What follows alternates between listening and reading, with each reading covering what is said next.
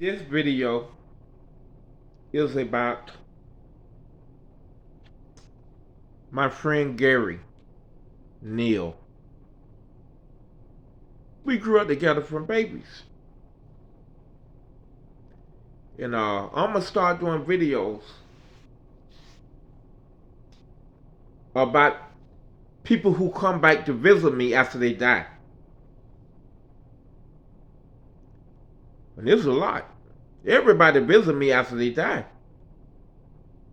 As one friend told me named Jester, when he died back in 1982, when he come back to visit me immediately after he died, because I was going to avenge his murder, even though he planned the murder. He said, I'm going to make a way the guy kill me. I'm going to pull out a gun with no bullets. That way the guy won't go to prison. He said, but man, I'm tired of being homeless, man. I'm tired of being hungry, Cam. And I say, just wait 3 years and I'll be a boss man when I graduate college, and I'll make you a boss man. And we can live together, man. He said, I can't wait 3 years. I'm hungry. And I'm going to make that guy kill me, because he said if I hit him again, he going to kill me. And the guy, I gave just $20, and I said, man, if you're going to die, man, you might as well die drunk. He said, Cam, but you need that money to go to college. I said, man, take the money, man. If you're going to die, that's the most important thing it is right now, man. But my question to you, can I come with you and die? He said, no, you can't die, man. God got plans for you, man. And everybody say that, and most people think if you say that, that means you're going to be rich, but that don't mean you're going to be rich. That just means God got plans for you. You know what I mean? But anyway, let's get back to Gary.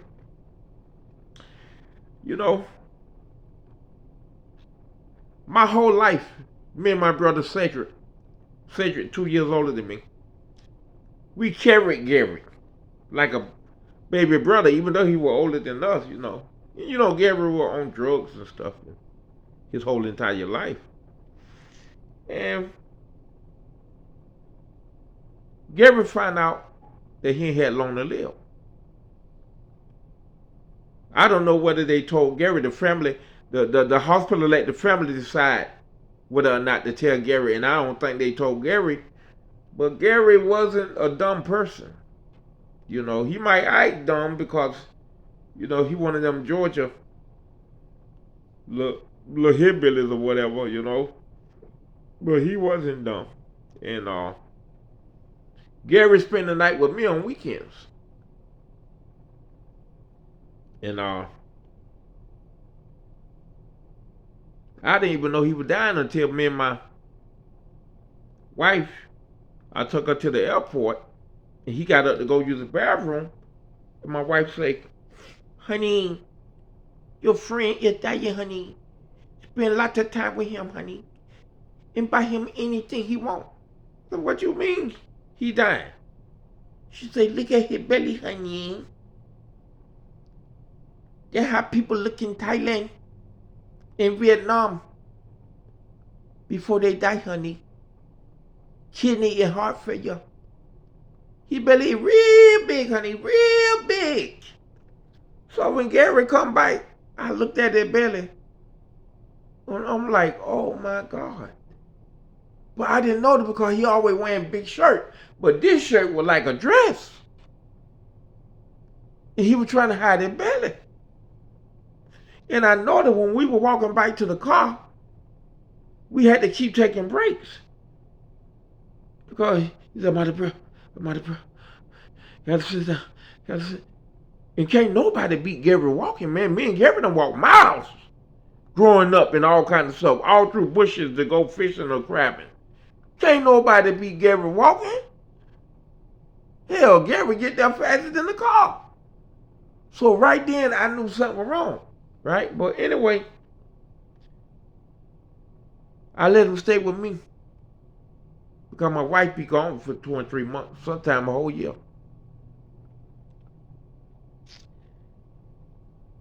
And I heard hollering. He sleep in the front part of the house because I got a 2-section of house. It's like 2 houses in one. I sleep in the back. And I heard Gary hollering. And I come running through there with my 12 gauge to regulate, right?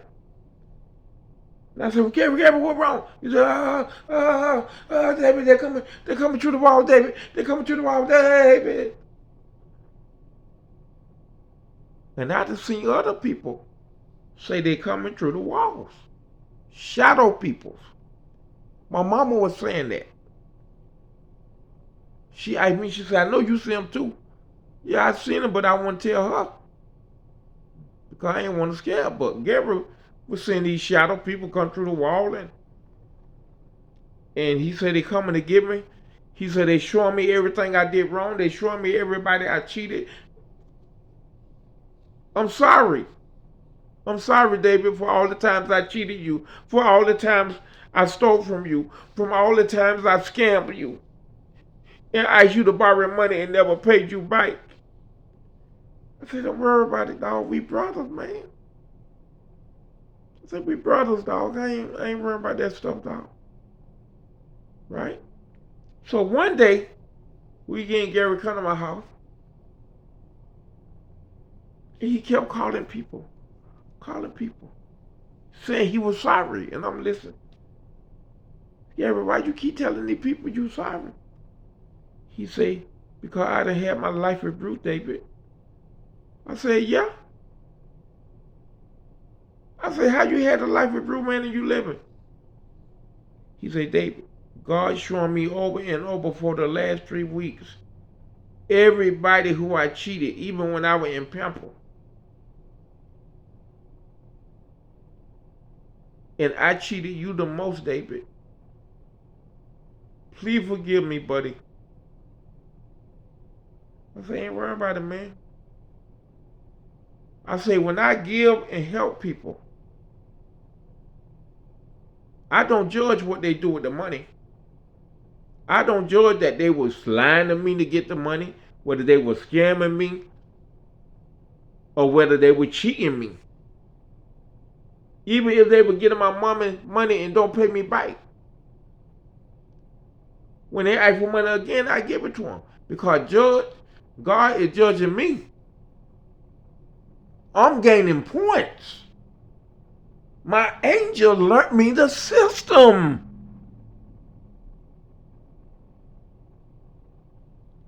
It's all a test of free will.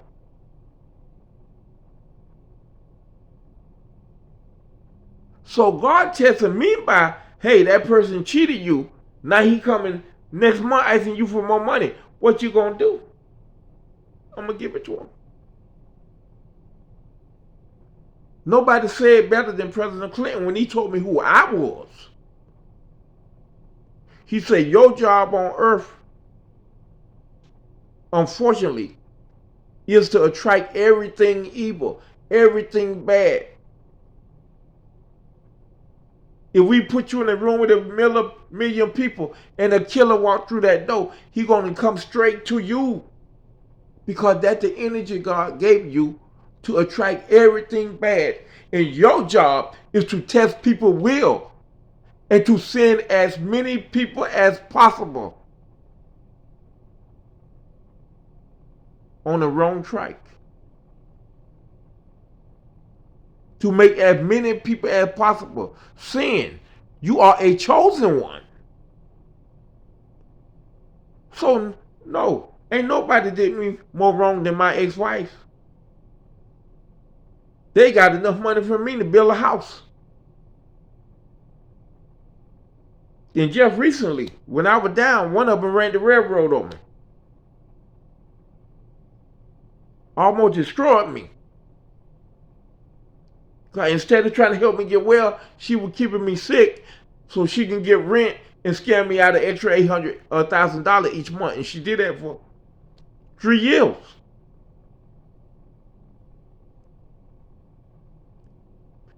And then people were saying, man, don't never help nobody no more. Don't never give nobody. You've been handicapped for 10 years and ain't one person gave you $1. Save your money. Quit helping people. They don't care. And I started to take that route. And then I said, wait a minute. God tested me. He let the people who I took care of for 40 years, at least 30 to 40 people, right? All of them turned their back on me.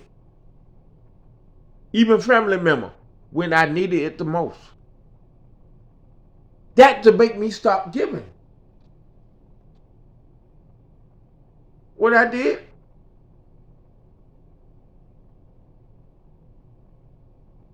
I got me a goddaughter from Africa. So I started giving her the allowance where I was giving my goddaughter. This lady only income her whole life was $6 a month. Now she living like a queen.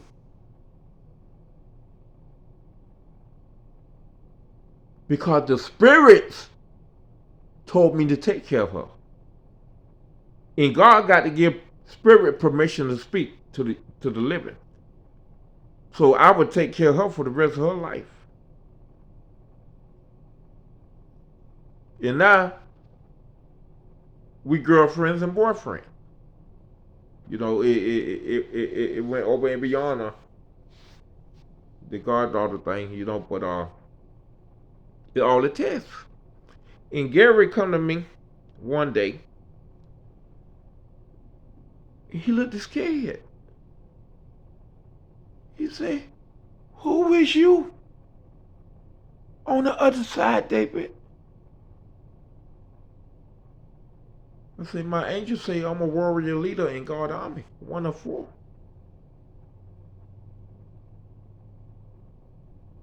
He said, you something. I said, why, Gary? You sent me to hell, David. You sent me to hell.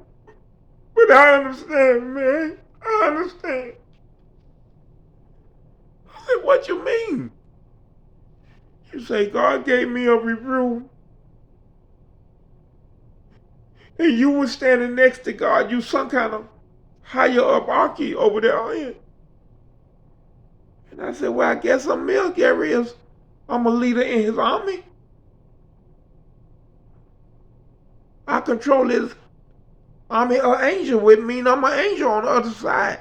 Which means why I can talk to spirits and angels. And my angel say I do that in every life I have. And I've been living for millions of years, she say, but I will always be able to communicate to the dead because of my rankings over there as a leader in God's army. He said, well, God showed me everything I did wrong, all the people I cheated. He said, David, the bad part is when God's showing you this, you feel that person pain, David. And I ain't know I was hurting you like that, dog. I ain't know I was hurting you like that, bro. And I say, it's all right, Gary, man. I say, if I sent you to hell, I'm going by the rules and guidelines. I say, but to make you feel better, there's no such thing as hell, Gary. Hell means you're going to be born again without rest until you do this life over and over until you get it right. But each time it's going to get harder, Gary. Next time you get an opportunity, follow your dreams. Listen to your dreams. And stay away from cheating people. You won't sin by doing drugs. You sin by the people who you affect when you do drugs. By the people you scam and the people you cheat and the people you borrow money from and don't pay them back. Each time you do that, you losing points, credits. what the angel called life credits. And Gary died 3 days later. 3 or 4 days later, man. And guess who the first person I seen when I went to sleep after he died? Gary. Me and him were walking down the sidewalk, and all the flower beds had silver coins in it and gold coins. Everywhere we went had silver and gold coins, which means it's a good dream. And me and Gary do the same thing we were doing when he was living. You know, we go fishing. One day in the dream, he was cooking a bunch of bacon, and I don't know what that means because I know they ain't want me to eat no bacon. You know, but he was cooking a bunch of bacon and sausage. Him and my dead brothers, and they all were chilling, and I got lonely. You know what I mean? I wanted to be where they at. But anyway, that was one of my friend Gary, and it was very unique because I never had nobody tell me that they had a life with brew while they were living. Gary was the first one. He was the first person to say, hey man, I had a life with brew. But I heard stories about when you've been judged, everybody who you sin against is with God, as God showing you the brew. And they make the decision whether or not you go to heaven or get recycled or whatever they do, you know. But anyway, that's the story of Gary. Love you and God bless.